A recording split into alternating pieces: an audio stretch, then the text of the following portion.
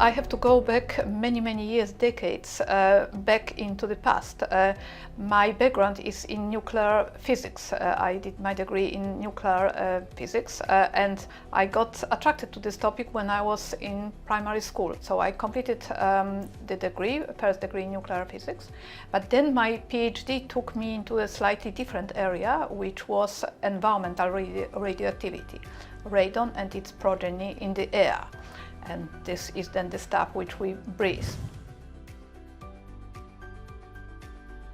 It was after or during SARS-1 epidemic in 2003. I was then invited to join a team in Hong Kong to resolve the puzzle of how 300 people were infected from one person spending one night in a complex of over 20 buildings. There was a team of epidemiologists who couldn't explain this, and the WHO was forming a team of physicists, aerosol experts, and I was invited to this. This mission didn't happen because by that stage the outbreak was over, but that got me looking into the science of airborne transmission, which means starting from particles which are generated by us, by our respiratory activities, breathing, speaking, and all these activities. Air pollution has impact on people, profound impact, so then you see that it's not enough just to do research, but our responsibility as scientists, it is also to do something about this, and which is advocacy. I believe that now there starts being awareness and the conversation about the importance of indoor air in general, and specifically in relation to this pandemic, and in general in relation to respiratory infection, has started. But it is still far before it is finished, and a long way before we derive to the situations that our buildings will be able to protect us from what's generated inside, what's generated outside, and do it in an energy efficient way, a very long way. Looking from a very broad perspective, every pandemic in the human history finished even if there were no vaccination. We want this pandemic to, first of all, to finish as quickly as possible and stop impacting us. But we also want this experience to turn into positive change. Every pandemic in the history, regardless how horrible they were, they changed the world, and most of these changes were positive. The world started operating in a better way. What really was the triggering moment for me, seeing a statement from the WHO that the virus is not airborne.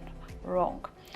And looking at this, I'm thinking this is such a misinformation. It will lead to so many more cases, so many more deaths. It's been amazing because I think it never happened before that so many scientists, experts from so many different areas work so closely and so harmoniously together for this joint good goal.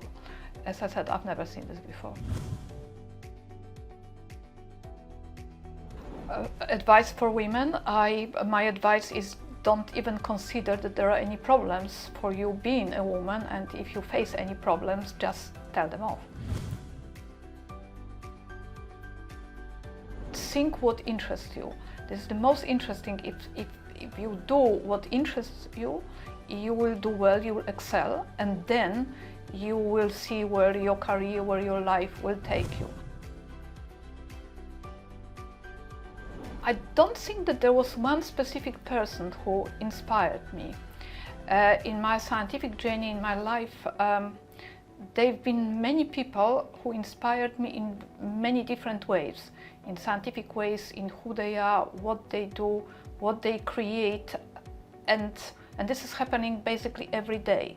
It is possible that it was reading about Marie Curie Skłodowska, but I don't know. They could have been other influences as well.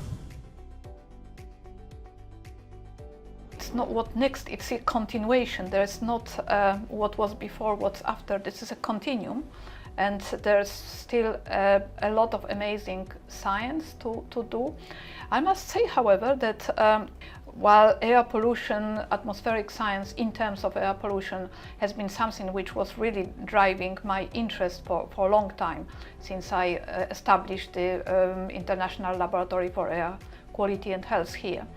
But as of last few years, it stopped really interesting me to that point as before, because really studying air pollution, particularly urban air pollution, you were thinking you shouldn't study this, they shouldn't be pollution.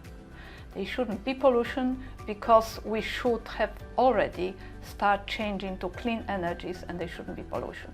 So therefore my interest in studying air pollution from anthropogenic sources, the sources which we operate, is very low now. It is just basically trying to convince the world that it's energy transition.